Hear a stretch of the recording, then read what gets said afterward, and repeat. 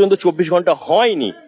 কালকেই ভিডিওটা ছেড়েছিলাম যে এখানে চাপ বাড়ছে এবং আজকে দেখতে পাচ্ছেন কি অবস্থা, কি পরিস্থিতি। হাজার হাজার মানুষের চলাচল, যাতায়াত, পারাপার কিন্তু একেবারে বিঘ্নিত। থেকে দুর্ভাগ্যের বিষয় যে না, বন্যা জলে তোড়ে নয়, পানার চাপে। আপনাদেরকে এখনো দেখে দিই কি পরিমাণ পানা। দেখুন, এখনো পারাপারের যে সমস্যা, সে সমস্যা রয়েই গেল। ঘাট, কি গড়ের ঘাট, কি রানীচক ঘাটের প্রত্যেকটা ইতিহাস রয়েছে। যখন স্টিমার চলতো, যখন জলপথটা হচ্ছে আপনার সক্রিয় ছিল, তখন এই সমস্ত অঞ্চল ছিল সোনাই সোহাগা। জলে বললে ঠিক আছে, অন্য জায়গায় বলে ব্যাস বাঁশ আছে না নিচে।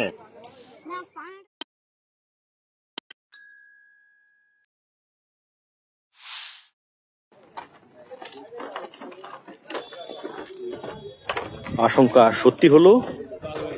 দাসপুর এবং খানাকুলের মধ্যে অত্যন্ত গুরুত্বপূর্ণ বহু দিনের এই যে প্রাচীন যে ঘাট, সেই গড়ের ঘাটের বাঁশের সাঁকো এই মুহূর্তে একেবারে মানে ভেঙে গেছে। দেখতে পাচ্ছেন, ভাঙা অংশটা আপনাদেরকে দেখাচ্ছি।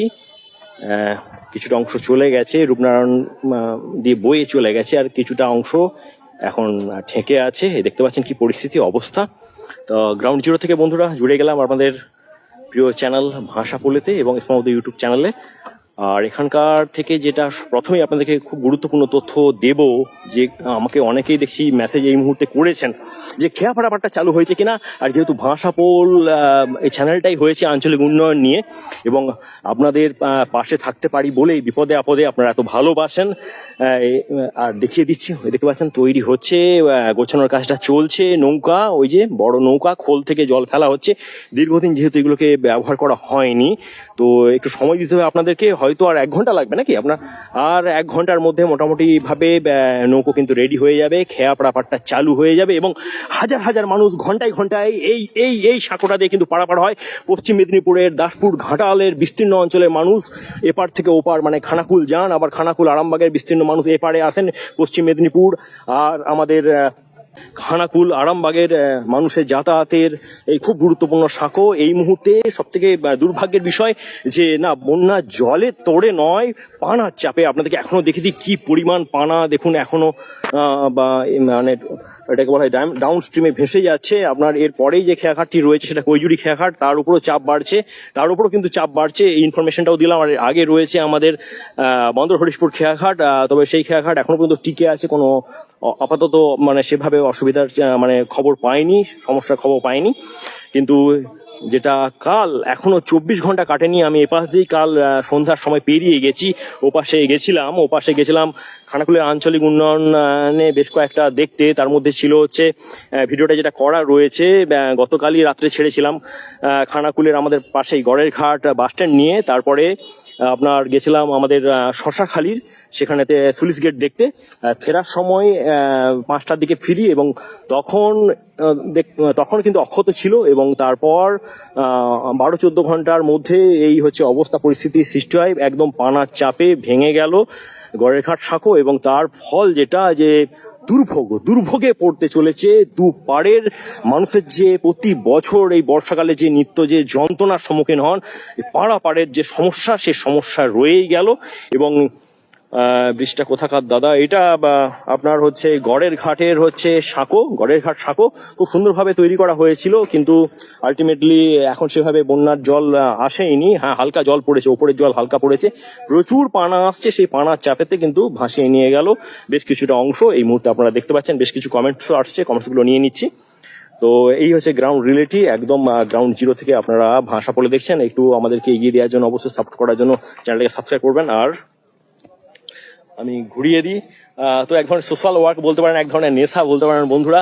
তো ভাষাপোল যেটা দেখায়, আগের দিন সতর্ক করে দিয়েছিলাম, এবং যে ভিডিও রয়েছে, এবং সেই ভিডিও এখনো পর্যন্ত 24 ঘন্টা হয়নি।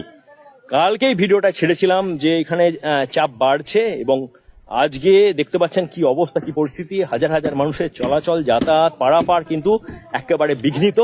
আর বারবার ভাষা বলতে এখানে এলে বলে আঞ্চলিক উন্নয়নের জন্য যে কোনো একটা স্থানে হয় বন্দর, নাহলে আমাদের গড়ের ঘাট, আর নাহলে কৈজুড়িতে একটা কিন্তু কংক্রিটের পাকা ব্রিজ চাই। তো আমাদের তো দুপাশের এমএলএরা রয়েছেন, এমপিরা রয়েছেন, দুপাশের দুটো এসডিও রয়েছেন, ঘাটালের এসডিও রয়েছেন, আমাদের আরামবাগের এসডিও রয়েছেন। তো একটাকে ব্রিজ করা যায় না, সেই কোলাঘাটের ব্রিজ নাহলে এপাশে হচ্ছে ঘাটাল। মাঝে যে এত বড় অঞ্চল, যার একটা বিরাট ইতিহাস রয়েছে, হিস্ট্রি রয়েছে, প্রতিটা ঘাট, কি গড়ের ঘাট কি রানীচক ঘাটের প্রত্যেকটা ইতিহাস রয়েছে। যখন স্টিমার চলতো, যখন জলপথটা হচ্ছে আপনার সক্রিয় ছিল, তখন এই সমস্ত অঞ্চল ছিল সোনায় সোহাগা। জলপথ জবে থেকে আপনার মানে তার গুরুত্ব হারিয়েছে, এই সমস্ত অঞ্চল যেহেতু বিশেষ করে সড়কপথ থেকে অনেকটা দূরে হয়ে গেছে, এই সমস্ত গঞ্জগুলো অনেকটাই কিন্তু তার সেই পুরনো গৌরব হারিয়ে ফেলেছে। তো একটা কিন্তু আমাদের দরকার, একটা কংক্রিটের ব্রিজ দরকার। তো মাননীয় বিধায়ক এসেছিলেন, আশা করি আমার কালকের ভিডিওটা দেখেছেন, তো উনিও দেখেছেন, এখানকার পরিস্থিতি নিয়ে ভিডিও করেছেন। তো চাইবো যে আমাদের যারা বিধায়ক রয়েছেন, নতুন সরকার এসেছেন, একটা যেন অন্তত ব্রিজ হয় দু পাড়ের মানুষের জন্য। কেননা দুটো জেলা আলাদা হলেও আবার যেটা বলার, এক সময় এই মেদিনীপুরই কিন্তু মেদিনীপুরের এই অংশ, যে অংশে দিয়ে আমি এলাম, হুগলির অংশ ছিল। পরবর্তী ক্ষেত্রে যখন ঘাটাল সাবডিভিশন হয়, তখন কিন্তু এটা পশ্চিম মেদিনীপুরে মানে মেদিনীপুরে চলে যায়। এখন তো আর পশ্চিম মেদিনীপুরে মানে মেদিনীপুর জেলার এখন কোনো অস্তিত্বই নাই। একেবারে ফ্রিলি বলছি, আপনারা আপনাদের যেটা মতামত সেটা রাখতে পারেন, এখন মেদিনীপুর জেলার অস্তিত্ব নাই। তো এখন যেটা বলার, ওপারটা তো আপনারা জানেন যে আরামবাগ জেলা হচ্ছে, আরামবাগ জেলা পেয়ে যাবে। এখান থেকে বেশি দূর না আরামবাগ, এখান থেকে মাত্র দূরত্ব 25-26 কিলোমিটার দূরে। কিন্তু যাতায়াতের ক্ষেত্রে কি হবে, দুই জেলার প্রান্তিক অঞ্চলের মানুষেরা সমস্যায় পড়ছে। আমি আবার ঘুরিয়ে দিচ্ছি।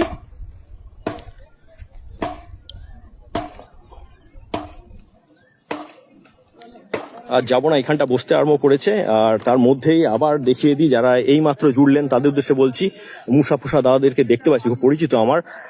এই দেখুন, যেটা বলার, যে খেয়া রেডি করার কাজটা চলছে, হয়তো আধ ঘন্টা কি 1 ঘন্টার মধ্যে পাড়াপাট্টা শুরু হবে। এবং শয়ে শয়ে মানুষও ওখানটা জমে গেছেন, এখান থেকে কিছুটা দূর বলে